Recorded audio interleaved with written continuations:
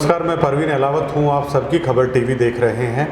हमारे साथ इस वक्त जो युवा चेहरे मौजूद हैं, अमित अहलावत जिला पार्षद चुनाव में अपनी ताल है वो ठोक रहे हैं।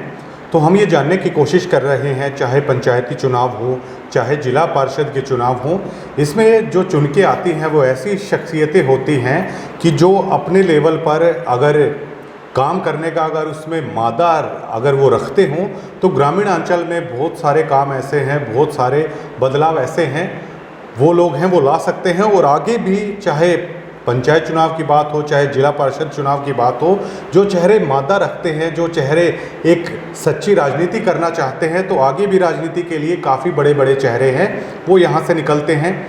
अमित अहलावत जो कि अब की बार डिगल गाँव से वो हैं, वो जिला पार्षद के चुनाव में अपनी ताल हैं वो ठोक रहे हैं। और आपको बता दूं अमित अहलावत के जीवन के बारे में, बेहद युवा हैं और अमित अहलावत का अब तक का जो राजनीतिक सफ़र रहा है, इस छोटी सी उम्र में जो खेल के क्षेत्र में इन्होंने योगदान दिया है, चाहे हिंद केसरी के बड़े दंगल हैं उनका आयोजन इन्होंने करवाया था, चाहे अन्य जगह पर भी जो खिलाड़ी हैं जो अच्छा अपने गांव का, प्रदेश का, देश का नाम रोशन करके आते हैं, उनके मान सम्मान में भी अमित अहलावत हैं बेहद सक्रिय रहते हैं। अमित, सबसे पहले आपका मैं स्वागत करना चाहूँगा। जैसे कि अभी मैं बता रहा था, अमित आप बेहद युवा हैं और अगर युवा जब राजनीति में आता है तो काफ़ी नई सोच लेके आता है, युवा में शक्ति भी ज़्यादा होती है, ऊर्जा भी ज़्यादा होती है।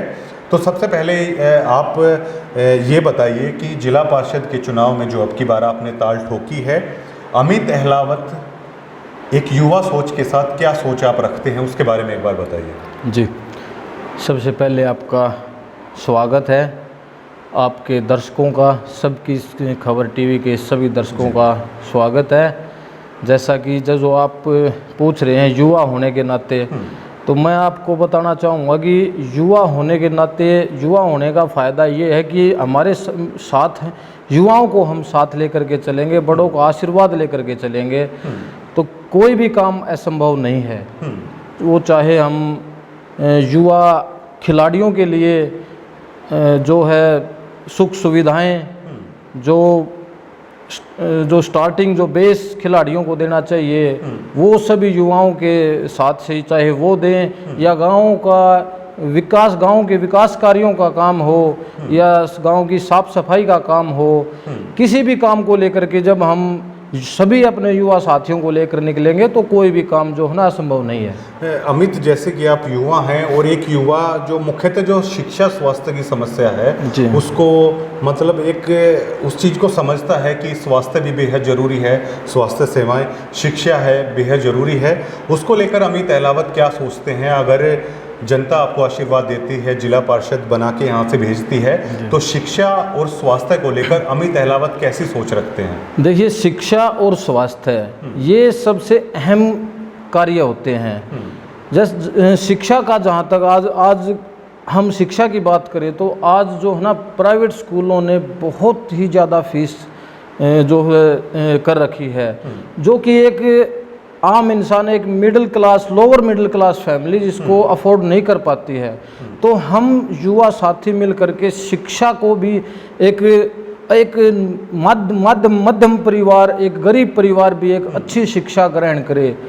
वो शिक्षा जो बड़े बड़े स्कूलों में, दिल्ली, गुड़गांव, बड़े बड़े शहरों में जो शिक्षा, बहुत ही महंगी शिक्षा जो 20,000 30,000 रुपये महीने में, वो शिक्षा हम बहुत ही मिनिमम लगभग मुफ्त में यहाँ देने का कार्य हम युवा, हमने जो सोच रखा है कुछ जीवन में, अगर हम बढ़ेंगे आगे, हमें आशीर्वाद मिलता है तो हम जो है शिक्षा के क्षेत्र में तो कुछ ना कुछ ज़रूर करके दिखाएंगे।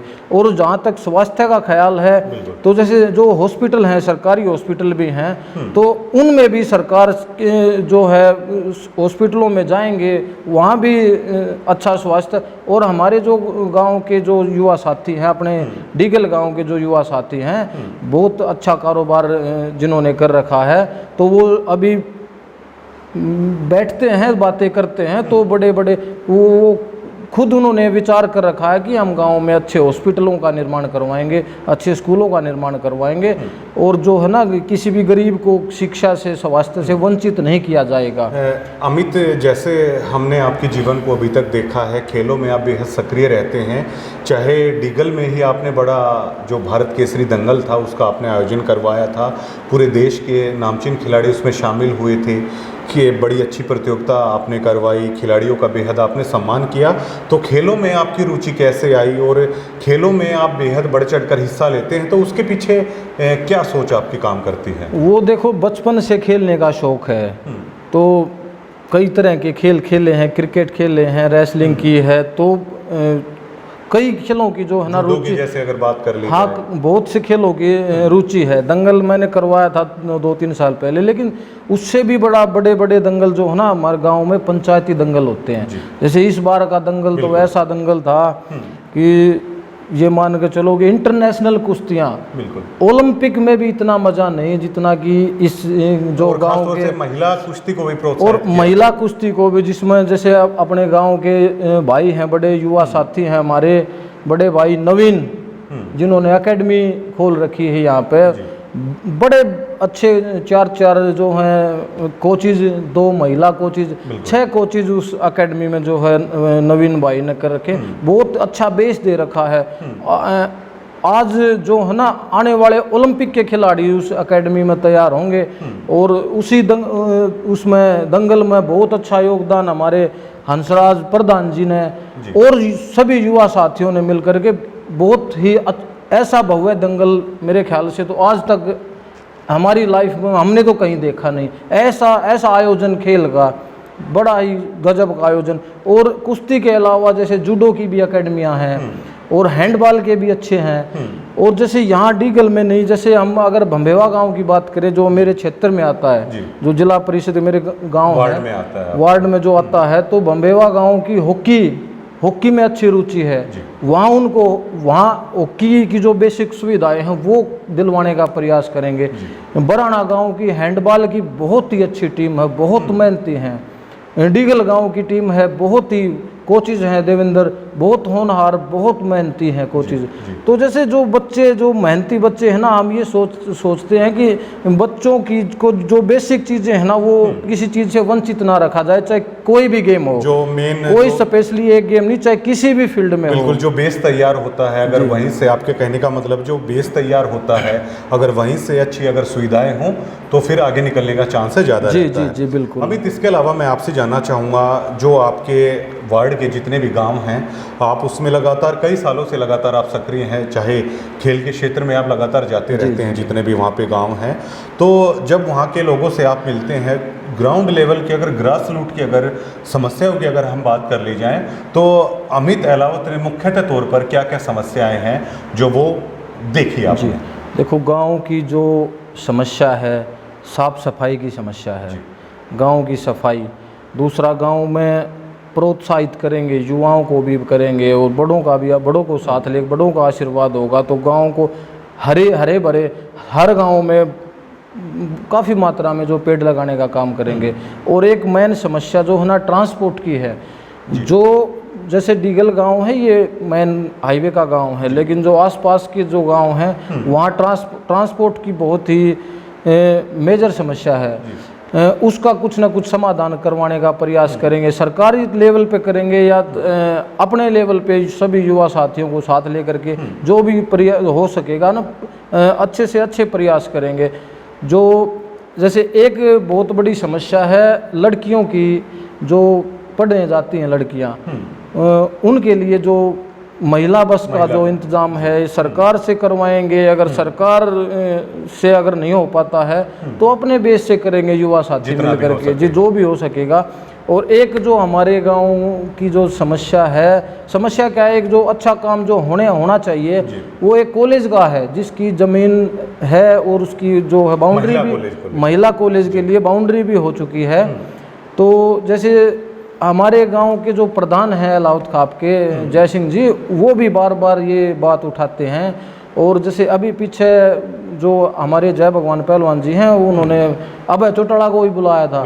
अभय चौटाला जी भी बोल रहे थे कि भाई अगर सरकार कि अगर पॉलिसी में कॉलेज नहीं आता, नहीं बनता, तो मैं देवीलाल ट्रस्ट से जो है बनवाऊंगा। घोषणा की तो होना चाहिए, चाहे किसी भी तरीके से हो, कोई भी अच्छा काम हो उसमें कोई रुकावट होनी नहीं चाहिए। अच्छा अमित, मैं आपसे ही जानना चाहूँगा कि चौधरी अभय सिंह चौटाला आए थे, उन्होंने कहा सरकार नहीं करती तो चौधरी देवीलाल ट्रस्ट की तरफ से जो सहयोग है वो मैं करूँगा।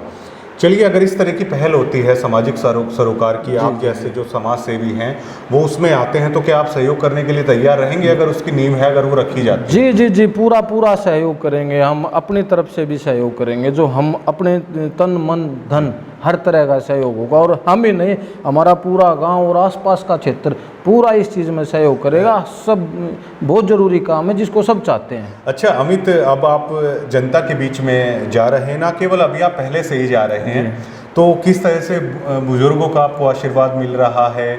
युवा साथी किस तरीके से आपके साथ हैं? माताएं बहनें हैं वो कितना आशीर्वाद दे रही हैं? किस तरह का रिस्पॉन्स है जो अमित अहलावत को मिल रहा है? कितना कॉन्फिडेंट? बहुत ही खूबसूरत, बहुत अच्छा रिस्पॉन्स जो है मिल रहा है। हर गांव में बड़े बुजुर्ग हैं, जैसे कहीं भी जैसे खेलों का आयोजन होता है तो वहाँ बुलाते हैं हम, वहाँ भी बुजुर्गों को, माताओं को, हमारी बहनों को वहाँ भी सम्मानित करने का अपनी तरफ से प्रयास करते हैं। युवा साथी बड़े, मतलब ये मैं क्या बोलूं कि अब चाव जो होता है ना, बड़े चाव से युवा साथी साथ आ रहे हैं। और युवा साथियों के साथ मिलकर के जोश दुगना 4 गुना जोश हो जाता है, जिससे कि और अच्छे से अच्छे कार्य हम करवा सके। माताएं हमारी बहुत ही अच्छा आशीर्वाद दे रही हैं हमारी, हर गांव में जहां भी जाते हैं तो बहुत अच्छा प्यार, बहुत आशीर्वाद मिलता है। अच्छा अमित, हमारे यहाँ वैसे भी इस चीज़ को सबसे पहले नोट किया जाता है, हम चाहे जिला पार्षद के चुनाव में जाएं, चाहे हम एमएलए के चुनाव में जाएं, तो सबसे पहले चर्चा जो अन्य गांव हैं उसमें ये बात भी होती है कि जैसे आपका डीगल गांव है तो लोगों में चर्चा ये होती है कि सबसे पहले जो उम्मीदवार है उसके गांव राम का आशीर्वाद कैसा। जी, तो डीगल गांव की तरफ से आप कैसे देखते हैं? आपके गांव का कितना आशीर्वाद अमित अहलावत मानते हैं कि हाँ, गांव के बुजुर्गों का, युवाओं का, माता बहनों का आशीर्वाद है, मैं कॉन्फिडेंट हूं कि मेरे साथ है? कितना मानते हैं? गांव के युवा साथियों का साथ, बड़ों का आशीर्वाद पूरा है, तभी मेरे अंदर कॉन्फिडेंस है। हर युवा, हर बड़े बुजुर्ग का आशीर्वाद, माताओं का, बहनों, सबका आशीर्वाद, सबका साथ मेरे साथ है, तभी मैं अपने कॉन्फिडेंस से मैं आपको बता रहा हूँ कि बड़ा अच्छा चुनाव लड़ेंगे और जीतेंगे। और बहुत ही लोगों के बीच में रह करके, क्योंकि यहीं दिल लगता है, यहीं बड़े हुए हैं, यहीं रहे हैं, यहीं हमें रहना है, लोगों के बीच में ही दिल लगता है हमारा। तो यहीं काम जो भी करना चाहेंगे, जो भी ज़्यादा से ज़्यादा कोशिश, जितना भी हमारे हो सकेगा सरकार के लेवल से या अपने लेवल से जितना भी हम प्रयास करेंगे, पूरा का मतलब लोगों की जो आशाएं हैं निराश नहीं करेंगे, लगभग है ना, पूरा उतरने का 100% जो लोगों की जो भावनाएं हैं, जो उम्मीद है, उनको पूरा करने का काम करेंगे। आप खुद एक युवा हैं, आज के राजनीति के दौर में युवा शक्ति को कोई भी इग्नोर कर नहीं सकता है। युवाओं की क्या भूमिका अमित अहलावत मानते हैं? चाहे राजनीति की बात कर ले, चाहे चुनाव की बात कर ले, युवा शक्ति को किस तरीके से अमित अहलावत देखते हैं? जी, युवा शक्ति के बिना कुछ भी संभव नहीं है। देखो, युवा शक्ति कुछ भी कर सकती है। युवा शक्ति चाहे जैसे कोई भी सामाजिक कार्य हो, जैसे हमारे डीगल गांव के सामाजिक कार्य हैं, अच्छे जो हैं कारोबारी हैं हमारे गांव के, हमारे बड़े भाई, छोटे भाई, तो युवा जो है ना, किसी भी छोटे बड़े काम के लिए मतलब कोई ये नहीं कि भाई सरकारी का वेट करना पड़े, अपने आप से ही सहयोग करके हर क्षेत्र में बड़ों का आशीर्वाद साथ रहता है और किसी भी काम को बड़े आसानी से कर लेते हैं। तो युवाओं के बिना तो क्या सोचें हम। आप सामाजिक सरोकार के काम में पूरी तरीके से आगे रहते हैं, जितने भी आर्थिक सहयोग की अगर कहीं पे बात आती है तो अमित अहलावत उसमें बढ़ चढ़ के हिस्सा लेते हैं। अमित अहलावत को ये प्रेरणा कहाँ से मिलती है कि जितने भी सामाजिक सरोकार के काम हों उसमें सहयोग करना चाहिए, चाहे वो आर्थिक रूप से हो, चाहे वो सामाजिक रूप से हो? तो अमित अहलावत को ये प्रेरणा आखिरकार कहाँ से मिलती है? देखिए, अमित अहलावत ही नहीं, कोई भी, देखो ऊपर वाले का आशीर्वाद, बड़ों का आशीर्वाद है, भगवान की जो है मेहरबानी है, थोड़ा काम ठीक है, अच्छा गुजारा है। तो हमें भी कुछ सामाजिक कार्य कर, और अमित को ही नहीं हर किसी को करना चाहिए कि कोई तन से करे, कोई मन से, कोई धन से, किसी भी तरीके से हर सामाजिक कार्य में सबका सहयोग होना चाहिए, किसी का कम किसी का ज़्यादा, लेकिन होना चाहिए। मेरा अमित आपसे आखिरी सवाल है, जो सबकी खबर टीवी के माध्यम से जो दर्शक आपको देख रहे हैं, अमित अहलावत क्या अपील है उनसे करना चाहते हैं, क्या आइडियोलॉजी है जो आप लोगों तक पहुंचाना चाहते हैं? जी, मैं आप सबकी खबर टीवी के माध्यम से आपके देखने वालों को मैं ये कहना चाहता हूं कि जो मैं अपने बिल्कुल सच्चे मन से जो है मैं समाज की, अपने गांव की, अपने क्षेत्र की, मेरे जो क्षेत्र के गांव हैं उनकी मैं सेवा करना चाहता हूं। और आपका आशीर्वाद, बड़ों का आशीर्वाद, युवाओं का साथ जो हमें चाहिए, जो मिल भी रहा है बड़े अच्छे से, और बहुत ही अच्छे कार्य जो हैं हम करके दिखाएंगे।